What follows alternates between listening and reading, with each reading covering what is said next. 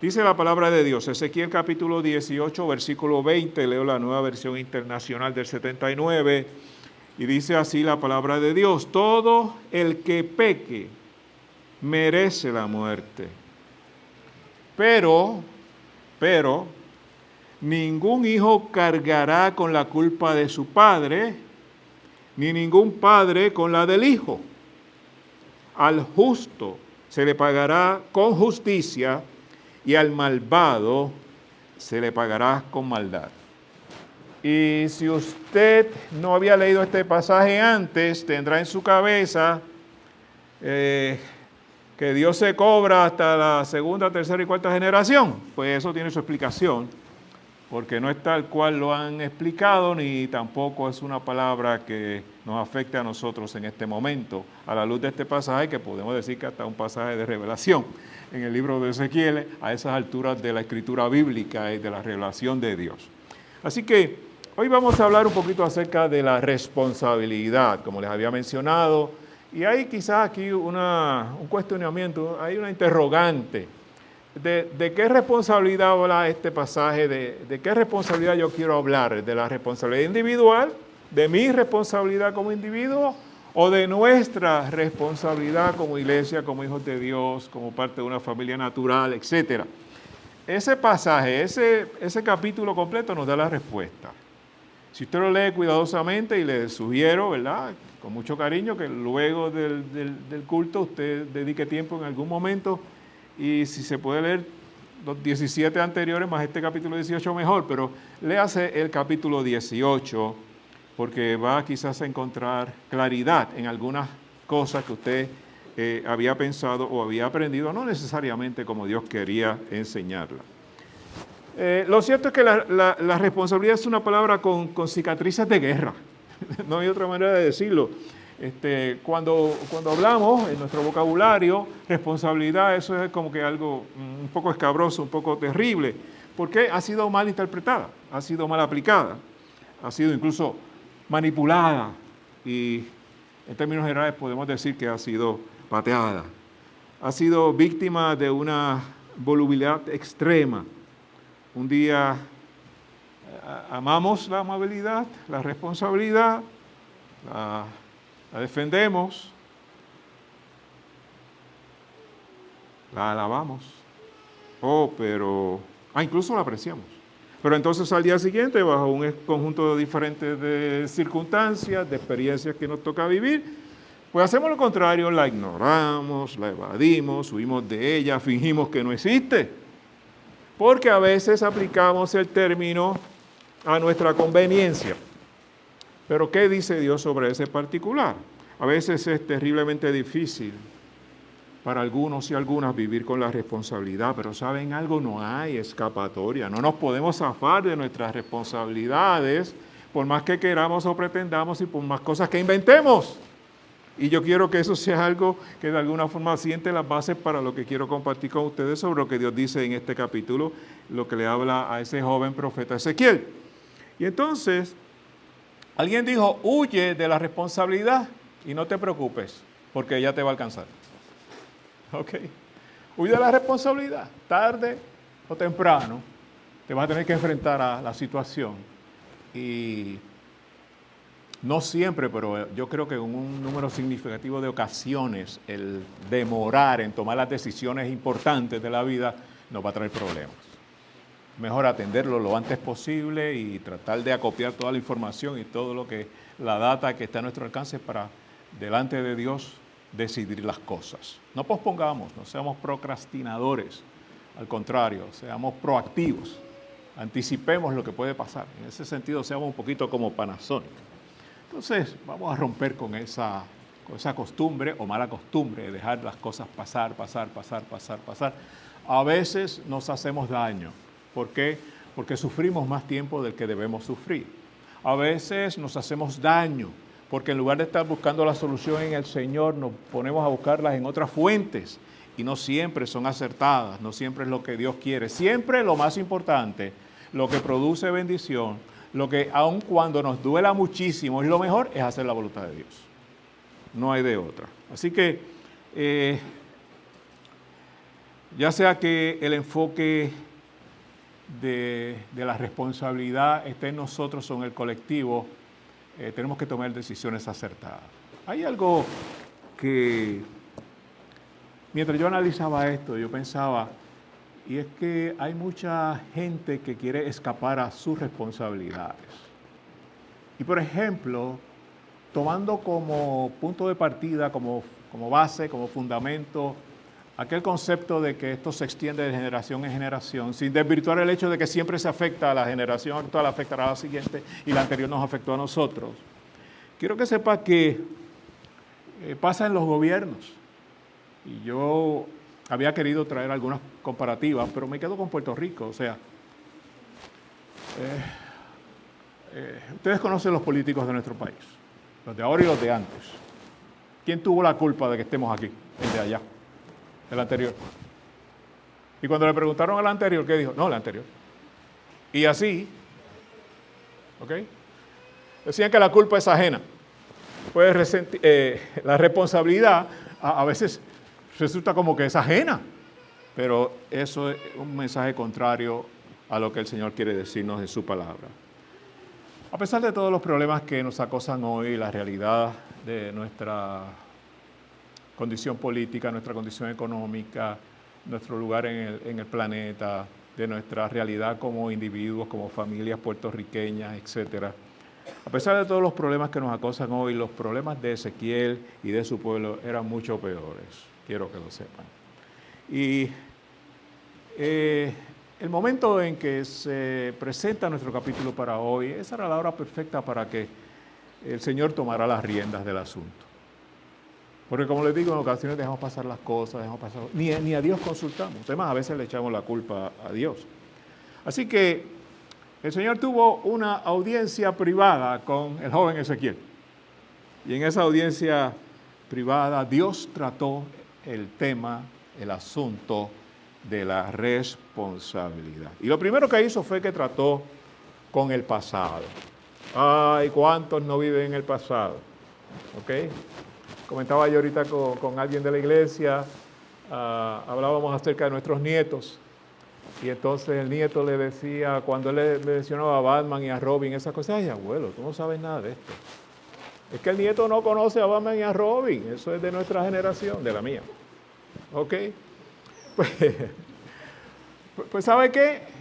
Muchas personas, incluyendo mucha gente de la iglesia, sigue viviendo en el pasado, en el Batman y en Robin, y se olvidan de los de ahora. Ahora mi nieto, entre otras cosas, ve a Leo, el pequeño camión. Y yo estoy empezando a aprenderme los nombres. Él se sabe los nombres de todos los personajes. Y se adelanta a los diálogos y a los monólogos de la peliculita que está viendo. Si yo me pongo a hablarle de Batman y Robin, dice, ay, abuelito, ponme a Leo. Okay. Hermanos, a veces no nos damos cuenta que el pasado tiene un valor inmenso en nuestras vidas, pero vivimos en otro momento, vivimos en un presente. Y de ahí paso entonces a considerar a Dios. Hay un atributo de Dios que nos desconcierta. Piénsenlo. Para quienes la vida y el tiempo como nosotros se dividen en pasado, en presente y en futuro, y saber que con Dios no hay pasado ni presente de futuro, es el eterno presente, ¿no es cierto? Eso nos duele, nos choca. ¿Cómo es posible que eso pueda pasar? En Dios no hay pasado. Y aunque lo vean difícil de manejar, no hay futuro, por la realidad de que vive en el eterno presente. Dios, dice la palabra, es el mismo ayer, hoy y por los siglos, por siempre, es eterno, no tiene principio, no tuvo principio, no tiene fin.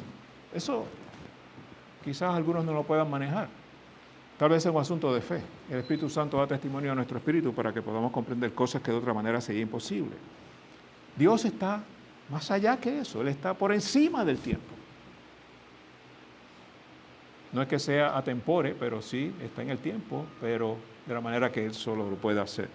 Por su eternidad, porque es eterno, porque no tuvo ese principio ni fin, como le decía el Señor, citándolo Juan, decía, antes que Abraham fuese, yo soy, antes que Abraham fuese. ¿Ok?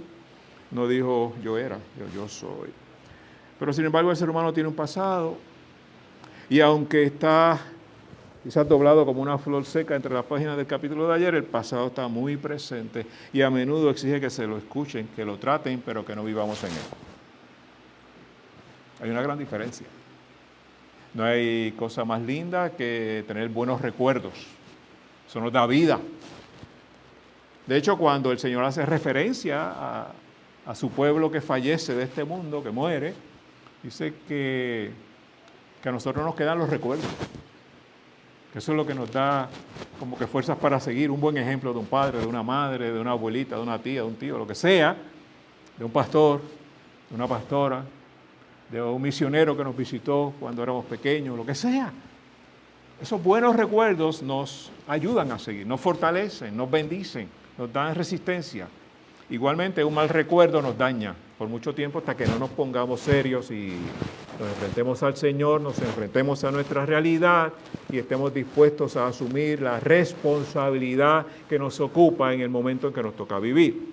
De cualquier manera que lo miremos cuando nacemos, entramos en un mundo que está lleno de circunstancias que nosotros no propiciamos. Esa es la realidad. O sea, no podemos escapar a nuestro pasado, hermano, es lo que quiero decir. Pero no tenemos que vivir siendo presas del pasado. Estoy haciendo estas distinciones para que quede bastante claro el concepto de que tenemos un presente que vivir. Vivamos este momento, hermano. Vivamos el hoy, no el ayer. El ayer ya pasó, fue la experiencia. Nos puede fortalecer, nos puede destruir. Eso lo determinamos nosotros mismos, como vamos a ver dentro de un momento. Así que, de modo que la mano pesada del pasado descansa sobre nosotros, porque muchas veces, pues un muchacho puede crecer, se va a pelear y a morir allá en una guerra, que no sabe mucho de por qué está peleando en la guerra, pues, y ahí está su vida. Pues, ¿saben algo? Así mismo pasó con Ezequiel y su generación. El pueblo en el exilio quedaron atrapados en una situación que ellos no crearon. Ellos se encontraron en esa situación. Usted no pidió nacer en el hogar que nació, ¿verdad?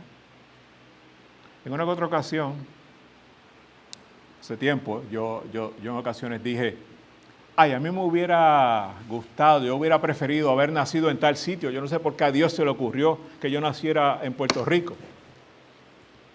Y entonces de momento, como que el Espíritu Santo, que me tiene tanta paciencia, me da un golpe y me dice, oye, ven acá, chico, ¿qué pasa? Tú olvidas que todo lo que a ti te pasa está bajo mi control. Tú olvidas que todas tus circunstancias yo las voy a usar para bendecirte y para bendecir a otros. Entonces, el creyente, quien vive con esa conciencia, aprende a vivir con más responsabilidad. Y dice, no, pues aquí yo estoy, pues aquí con lo que yo tenga, con lo que Dios me dé, con lo que yo pueda, aquí hay que seguir, no hay de otra. No viva quejándose toda la vida, ni echándole culpas a nadie. Asuma responsabilidad y echa para adelante, como decimos aquí en el campo, echa para adelante, muchachos, no nos queda de otra. Pero ese dilema casi imposible, Dios los había llamado a hacer que sus vidas contaran para Él. Ahí está la clave. Y eso fue lo que yo descubrí. Que Dios quiere, desea contar con mi vida. No tiene por qué hacerlo, pero así quiere contar con tu vida, con la de cada uno de nosotros. No se te olvide eso. Dios espera grandes cosas de nosotros. Por eso nos ha dado todo lo que tenemos. Y por eso no nos ha dado lo que no tenemos. Porque el plan de Dios para nuestra vida, escuche esto por favor, quizás discrepa de mí. El plan de Dios para cada uno de nosotros, los que componemos su pueblo, es un plan perfecto. Como le digo, puede o no estar de acuerdo conmigo. Después le preguntaré a los pastores a ver qué piensan. El problema es que nos queremos salir de ese plan. Cuando queremos salir de ese plan es como cuando vamos por un carril nítido, bien pavimentado, sin muchos boquetes en la carretera, y de momento nos desviamos un poquito de más y caemos en la gravilla o caemos en otras cosas o en hoyos o turbulencias que se nos daña la vida de momento. Y si no controlamos bien el volante nos saca de carrera y así pasa en la vida. De modo que Ezequiel, su generación, le tocó vivir unas situaciones muy difíciles que ellos no pidieron, que ellos no crearon. Y era para ellos entonces muy fácil, y aquí es donde viene parte de la enseñanza, echarle la culpa a los demás, volverse un poco cínicos. No, pero yo no pedí que me trajeran aquí. Yo no tuve nada que ver con estar en esta situación que mis padres han propiciado, por ejemplo, si fueron los padres, o que el gobierno ha propiciado, o que la naturaleza en general ha propiciado. Ay, si yo hubiera nacido en Argentina, a lo mejor no viene María por allá, no va por allá. Claro que María no iba por allá. Pero ¿qué tú tenías que hacer en Argentina? Tenías que estar aquí para bendecir a los tuyos, para que Dios se glorificara a través de tu vida y de tus acciones. Pues, de modo que para ellos, para la generación de Ezequiel, era muy fácil volverse cínicos. Y por eso entonces el proverbio que decía así: los padres comieron uvas agrias y los dientes de los hijos tienen dentera. El versículo 2, empezando el capítulo 18. En otras palabras, nosotros cometemos faltas y errores y las consecuencias las pagan nuestros hijos. Y entonces la generación de Ezequiel le estaba diciendo eso. Nosotros lo que estamos es pagando los pecados de otros, nosotros no tenemos nada que ver con esto, hombre, déjenos en paz. Mentira del diablo.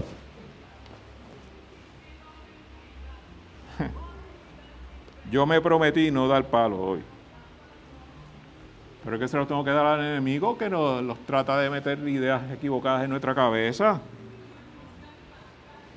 Cuando estos hebreos del tiempo de Ezequiel pronunciaban ese proverbio de que los padres comieron uvas agrias y los dientes de los hijos tienen dentera, lo que estaban era tratando de encubrir su culpa con algunas bromas, incluso mordaces, contra Dios y la justicia de Dios. Oiga, cosa terrible. Pero ¿no les parece que en ocasiones nosotros hemos actuado así? Quizás nosotros lo hemos modernizado y decimos, el diablo me obligó a hacerlo. Bueno, yo no tengo duda que en ocasiones el diablo pone peñas en el camino. Pues si usted ve la peña en el camino, váyase por el otro lado. Si es que no la puede brincar. Yo prefiero rodearla.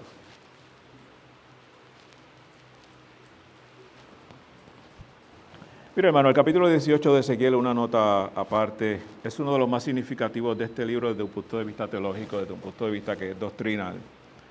Y desde esa perspectiva se debe reconocer su relación con otro capítulo del mismo libro, que es el capítulo 33. La enseñanza que contiene esos pasajes puede ser vista como un paso adelante, como les mencioné ahorita, hacia la revelación. El tema central del capítulo se puede sintetizar en la frase, y aquí voy dando definición a la pregunta, en la frase responsabilidad individual. Algunas versiones o traducciones de la Biblia tienen como tema del capítulo responsabilidad individual o responsabilidad personal. Para nosotros es un concepto, yo creo que bastante obvio, claro, fácil, manejable, desde el punto de vista de nuestra conciencia cristiana. Pero créanme que a juzgar por lo que narra la Escritura no era tan claro para los contemporáneos de Ezequiel.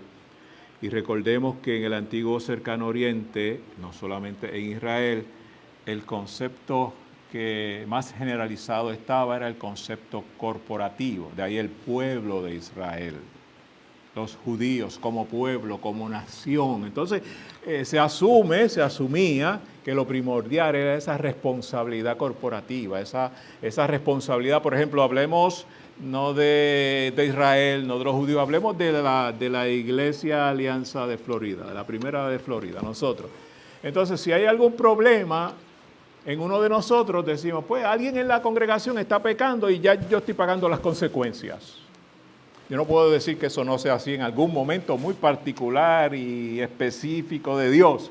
No, si tú tienes un problema es porque o respondiste mal a tu realidad, o porque no estás de acuerdo con la palabra de Dios, o porque no tienes toda la información, esto es malo, que no tienes unos recursos y unas defensas que te permitan avanzar en la vida y no quieres buscar ayuda porque eres orgulloso, porque eres terco, porque así fue que me crió mi padre y mi madre, porque esto es lo que yo creo, porque hay que olvidarse de todo lo nuevo. Entonces no le eches la culpa ni a la generación ni a otras personas, porque tú y yo individualmente somos responsables, aunque con nuestras acciones podemos afectar negativamente a otros.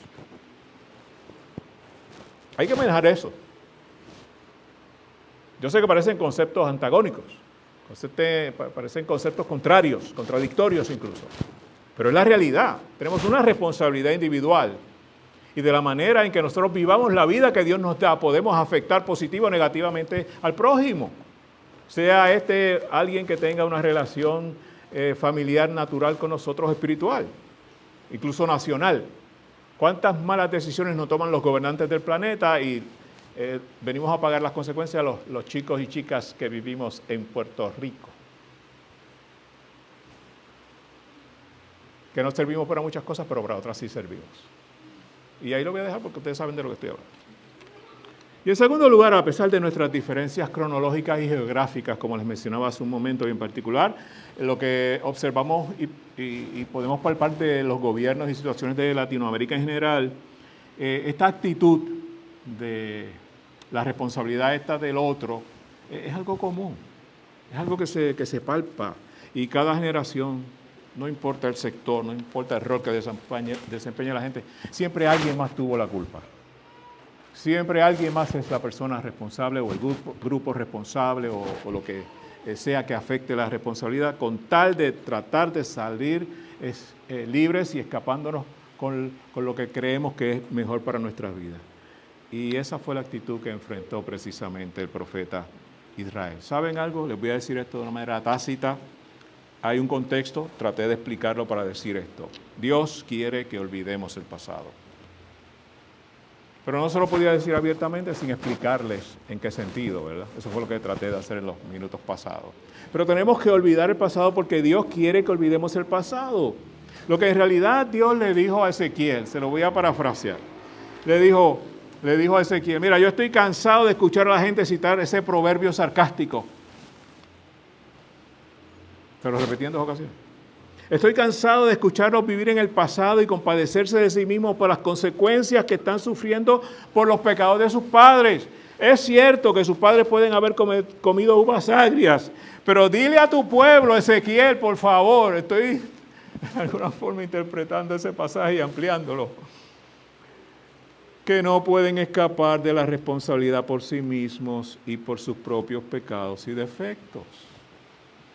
Hermano, no se puede escapar de nuestra responsabilidad individual.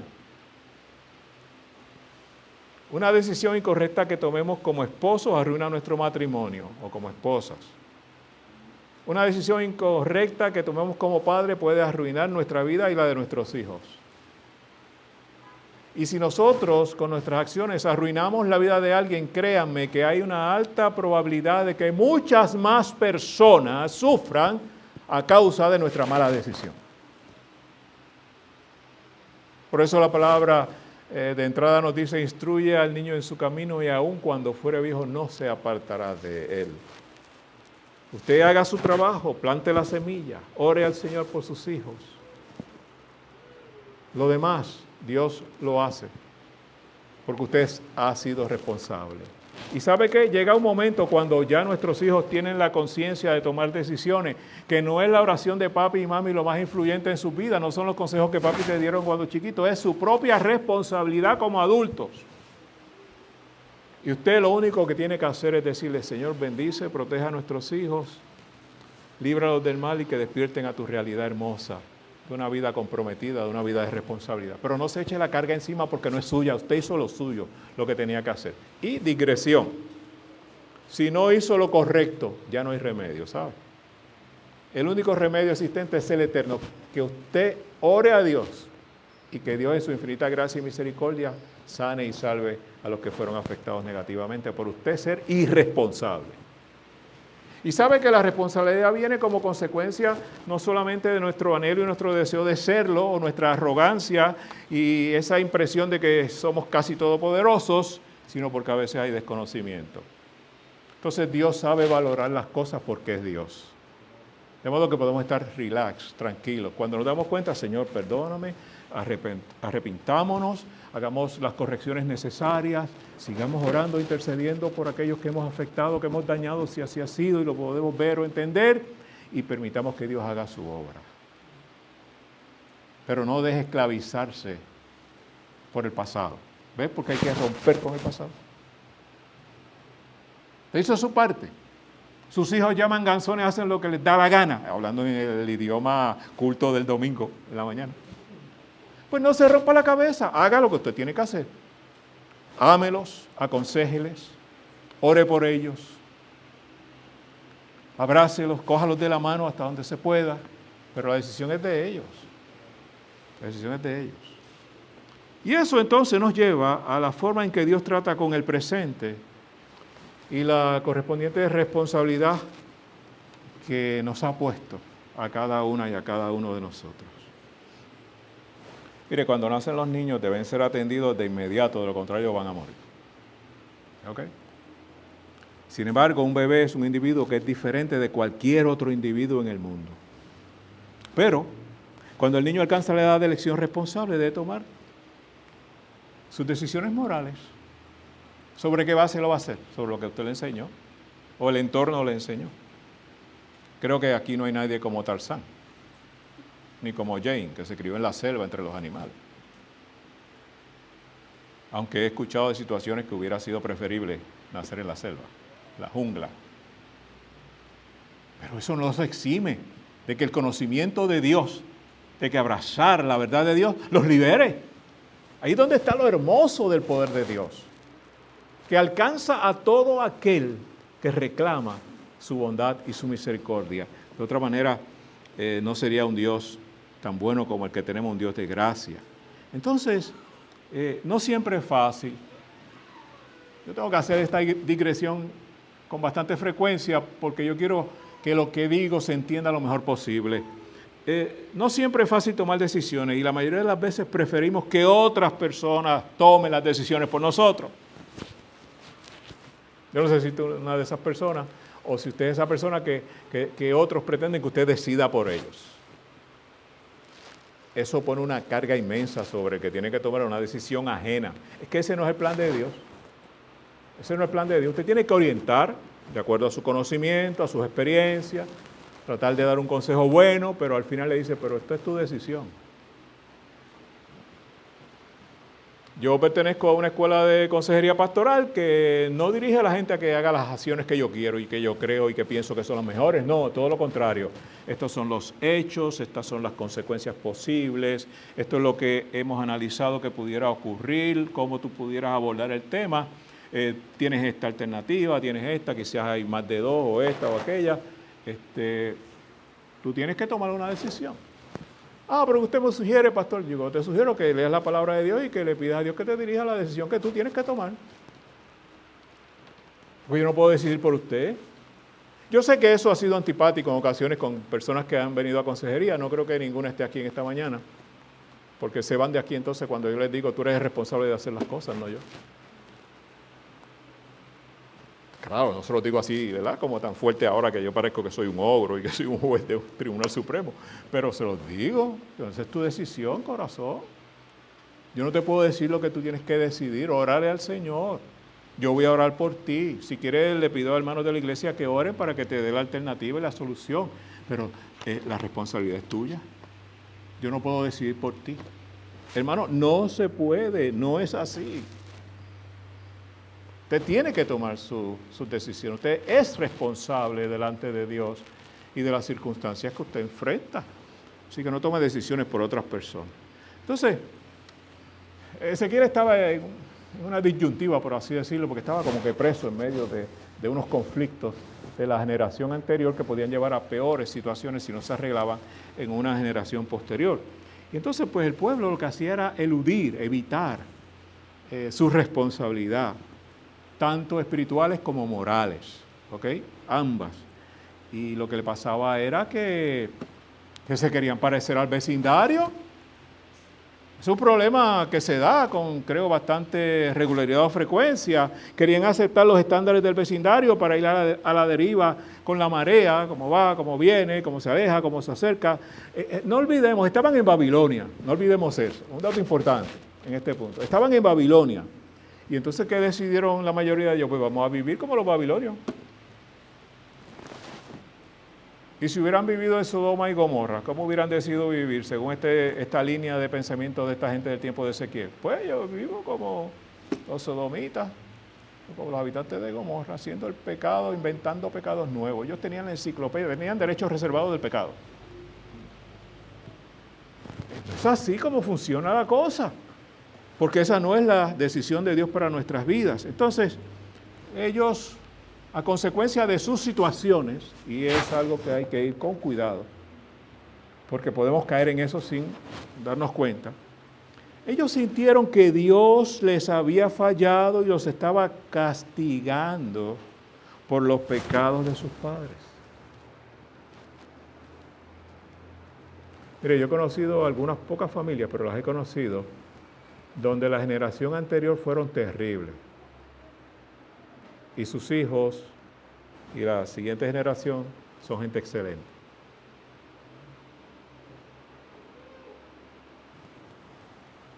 Pero ellos habían sentido que Dios les había fallado, que los estaba castigando por los pecados de sus papás, así que habían decidido en silencio olvidarse de Dios.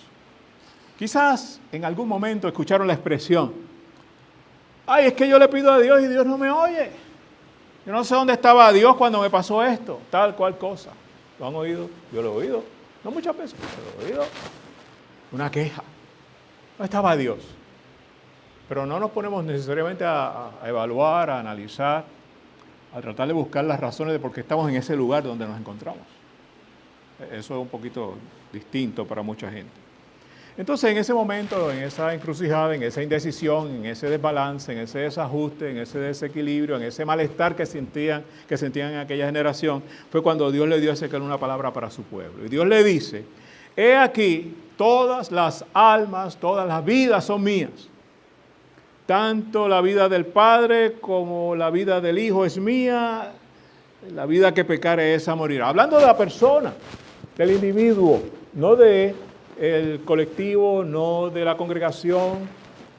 ¿Se fijan? Del individuo. El que peque va a morir.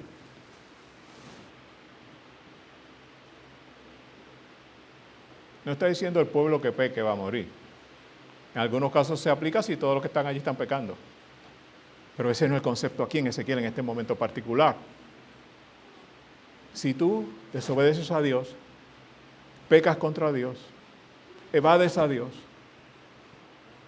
no esperes que haya un regalo bueno de cumpleaños, porque estás en desobediencia, estás fuera de la gracia de Dios en ese sentido. Y eso quizás pudiera ser un mensaje fatalista, pero no lo es, porque Dios añade, Dios explica, Dios corrige la mente y el pensamiento incorrecto de los seres humanos. Entonces, podemos afirmar esa misma verdad positivamente y decir: el alma que es justa vivirá. Pongámoslo en positivo. ¿Qué es la vida? Bueno, la vida puede ser la simple existencia biológica, ¿no le parece? Una persona en coma está viviendo, pero realmente vive. Bueno, esa es una manera de verlo, ¿no? De lo que es la vida. Pero también puede significar una conciencia de Dios. Y puede significar su deseo de involucrarse en la vida de una persona. Eso es verdaderamente vida. ¿Qué es la muerte entonces? Bueno, por defecto puede significar el final de las funciones biológicas de un ser humano, la vida física de uno, o puede significar alienación y separación de Dios. El que no está con Dios está en contra de Dios. ¿Cuántos lo pueden entender? No sé. Pero que en el Espíritu se lo revela lo entendemos muy bien. Porque queremos hacer la voluntad de Dios. No queremos vivir de acuerdo a nuestros principios, nuestros conceptos, nuestras ideas, nuestro programa individual. quienes anhelamos hacer la voluntad de Dios, recibimos revelación de Dios a través del Espíritu Santo que está en nuestra vida, que nos da discernimiento, nos da entendimiento, nos da comprensión y nos permite ver el camino a seguir en nuestras vidas. Porque de otro contrario, nos entretenemos en muchas cosas, hermanos. Miren, ahora yo sé que ustedes están atentos, pero yo he estado en momentos predicando aquí y hay gente así.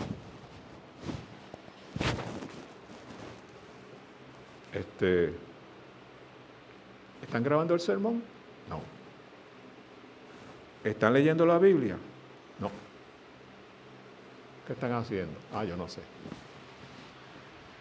Pero luego cuando veo sus vidas que no dan testimonio de victoria, de éxito espiritual, que siempre están con un ay bendito, con un no puedo, con esto me hace daño, que no se casan y viven baratados emocionalmente, y con coraje, y con malestar, y con enfermedades a veces, y con 20 cosas, ¿sabes qué pasó?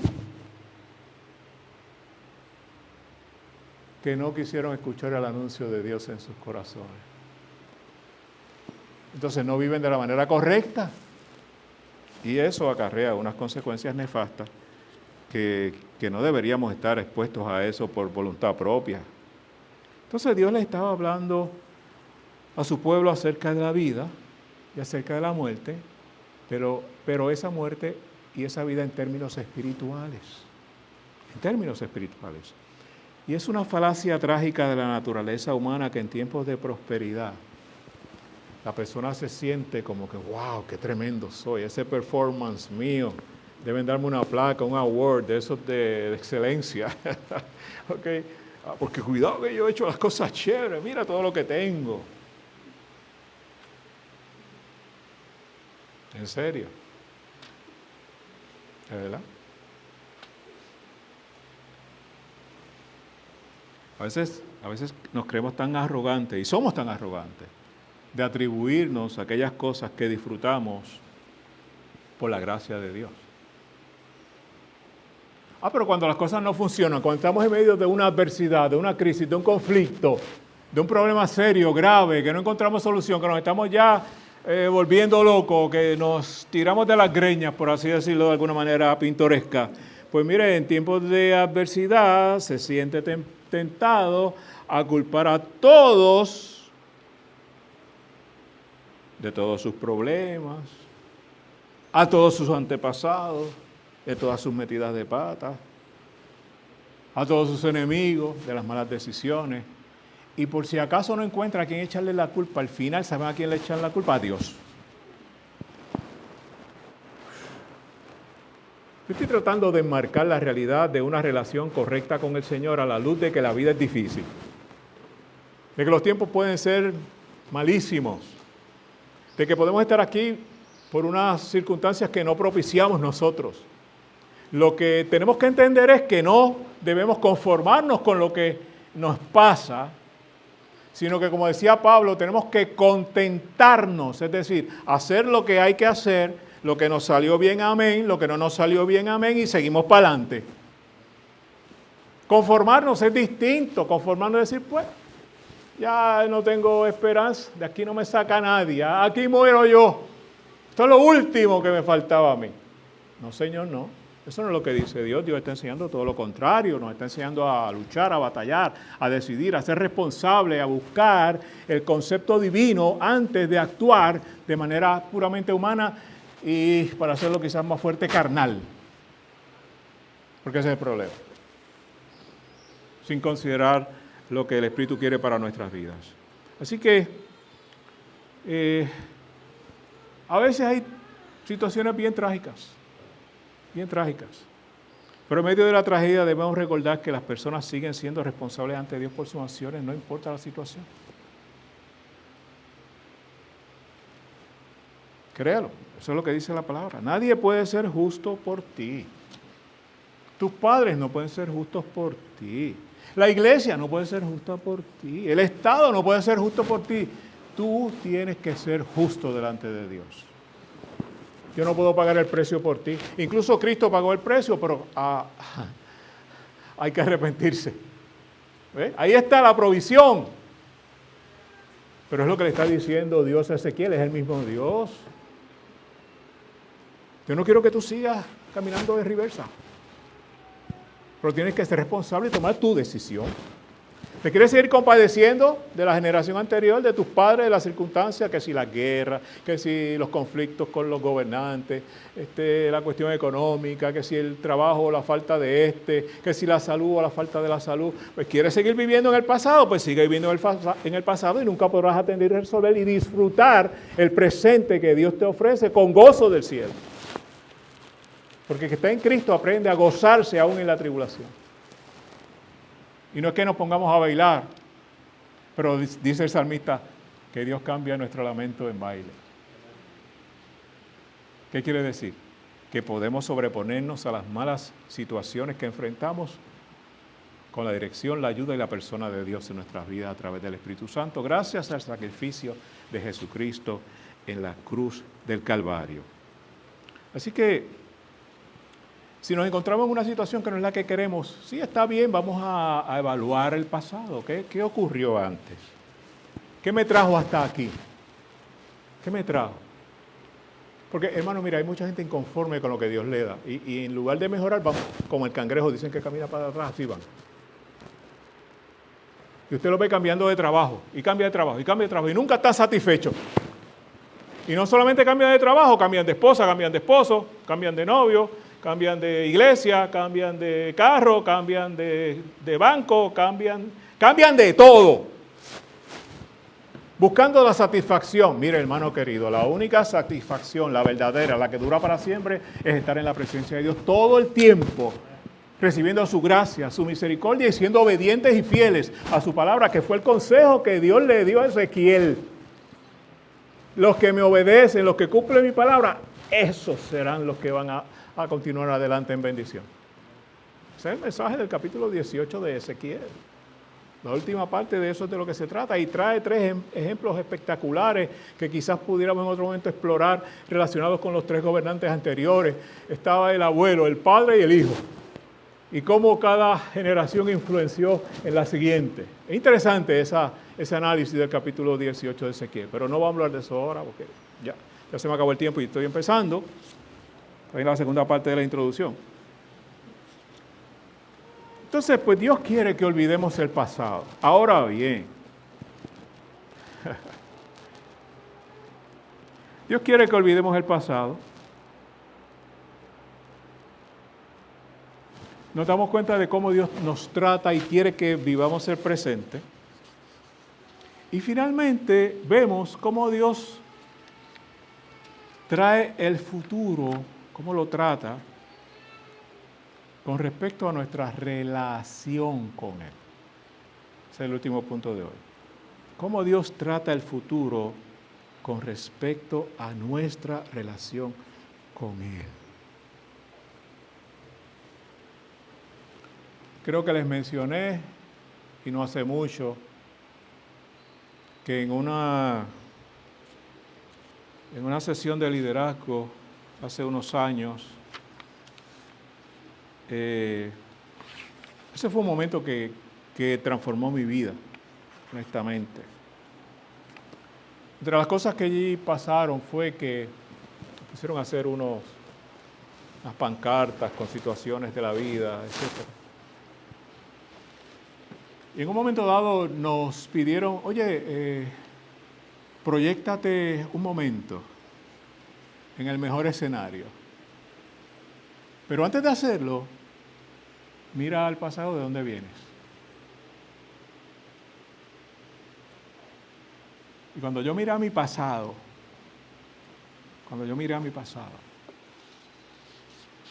no tuve otra cosa que exclamar, cuán grande es Dios. Cuán grande es Dios. Y cada uno de ustedes debería repasar el pasado.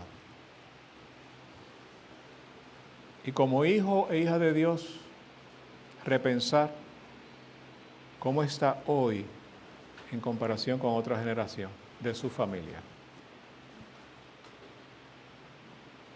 Yo me di cuenta de las bendiciones, de algunas de ellas, otras las tiene Dios guardadas para que después me dé cuenta. De la bondad que ha mostrado en mi vida, de las oportunidades que Dios me ha dado en mi vida,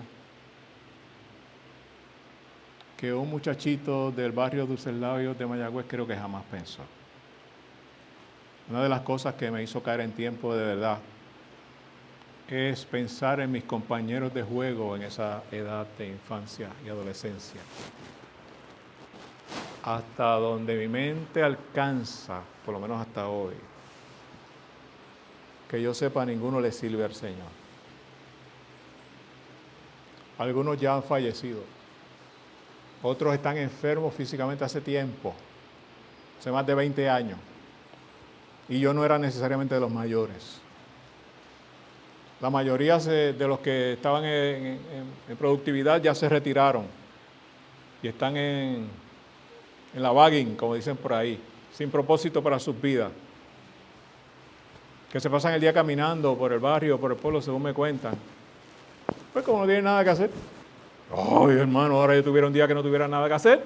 Si mi gran preocupación es, Señor, dame un break hoy, que yo quiero cogerlo suave y quiero beber un cafecito por allá en Vega Baja. Delicioso. Después les digo. A veces no hay ese espacio, por muchas razones. Pero qué bueno reconocer la obra de Dios en nuestras vidas. Qué bueno darnos cuenta de que, ay, me duele aquí. A veces yo por la mañana no me quejo porque aquella tiene razones para quejarse más que yo y no se queja. Y yo digo, si yo me quejo, yo soy un cobarde y un mezquino. Y yo a veces me levanto como hace Evan cuando quiere fastidiarme un poco. Me hace así. Porque me ha visto quizás en algún momento. Y sin vergüenza viene y camina así. Abuelo, y hace así. Es una de las cosas que alegra mi vida y me hace ponerme rápido erguido, ¿no? Y abrocharme la chaqueta y caminar bien. ¿Ok?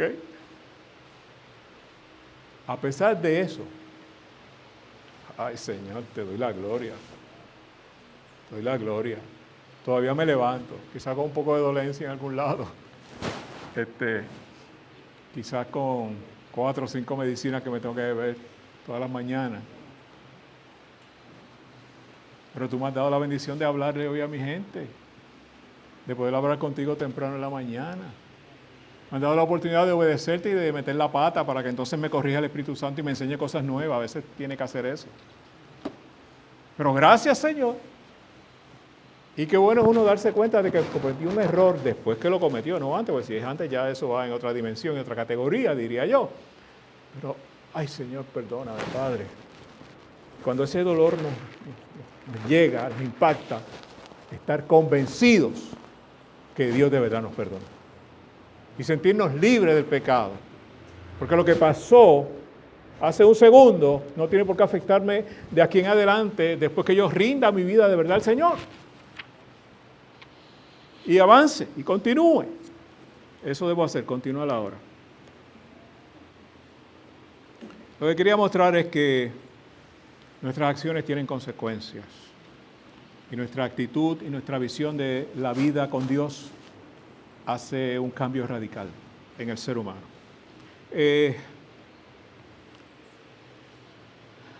Una ilustración que encontré, un ejemplo que encontré, a tono con esto de la responsabilidad.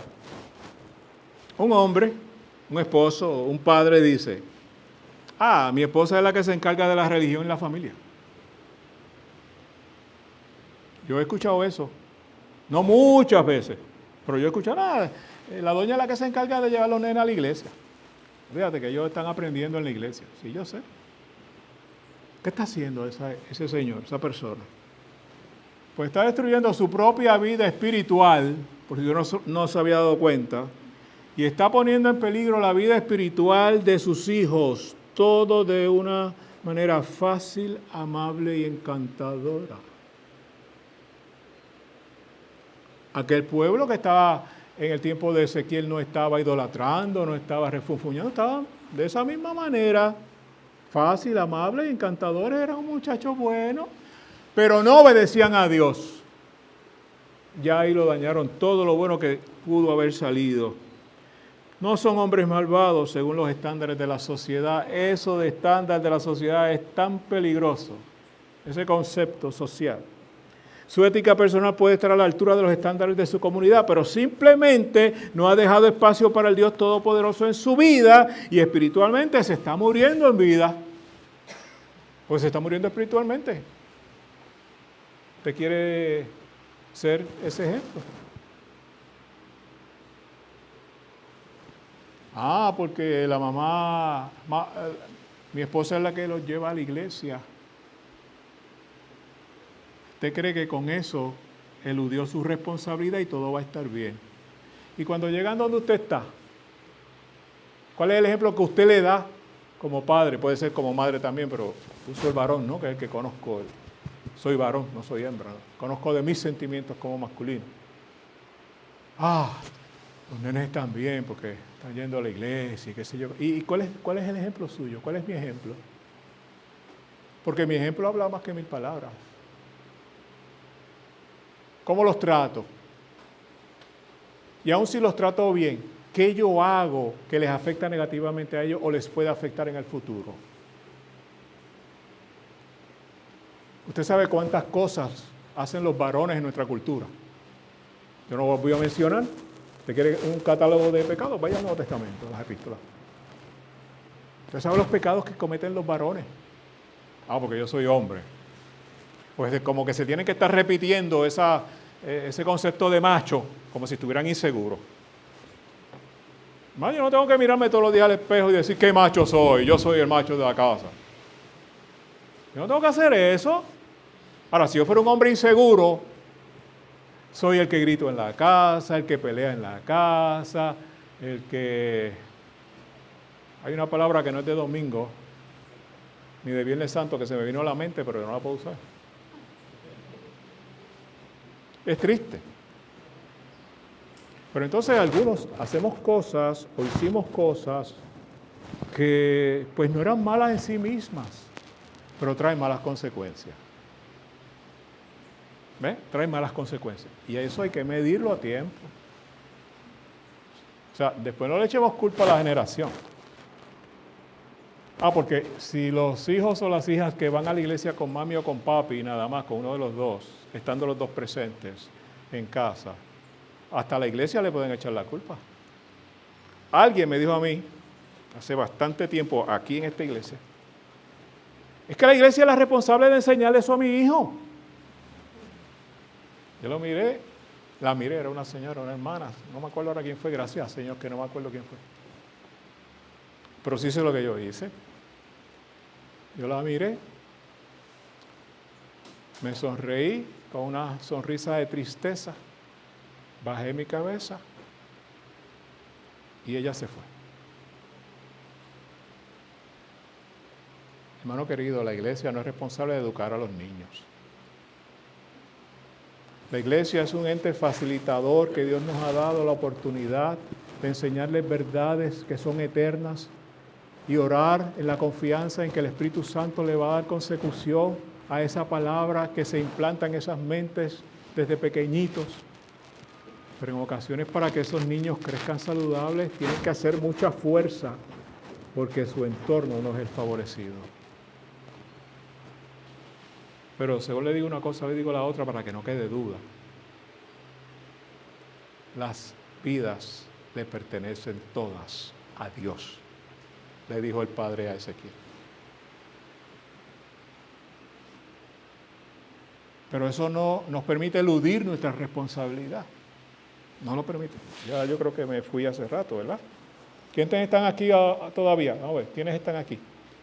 Ok, hay uno aquí. Ok, hay dos. Hay tres, hay cuatro aquí. Qué bueno. Pues con ustedes sigo entonces. Termino con el pensamiento que les mencioné anteriormente. Ezequiel estaba predicando a un grupo de personas, la mayoría de las cuales eran agradables y encantadoras. Estoy repitiendo ese concepto. No se hallaban maldiciendo a Dios, tampoco estaban dispuestos a aceptar la responsabilidad de su servicio. Y el concepto antagónico, pero que corre en la misma dirección. ¿Ok? Sencillo. Yo no escucho la palabra de Dios, pues no tengo por qué actuar de otra manera porque yo no la escucho. Como si el desconocimiento nos librara de la responsabilidad. Eso no funciona así.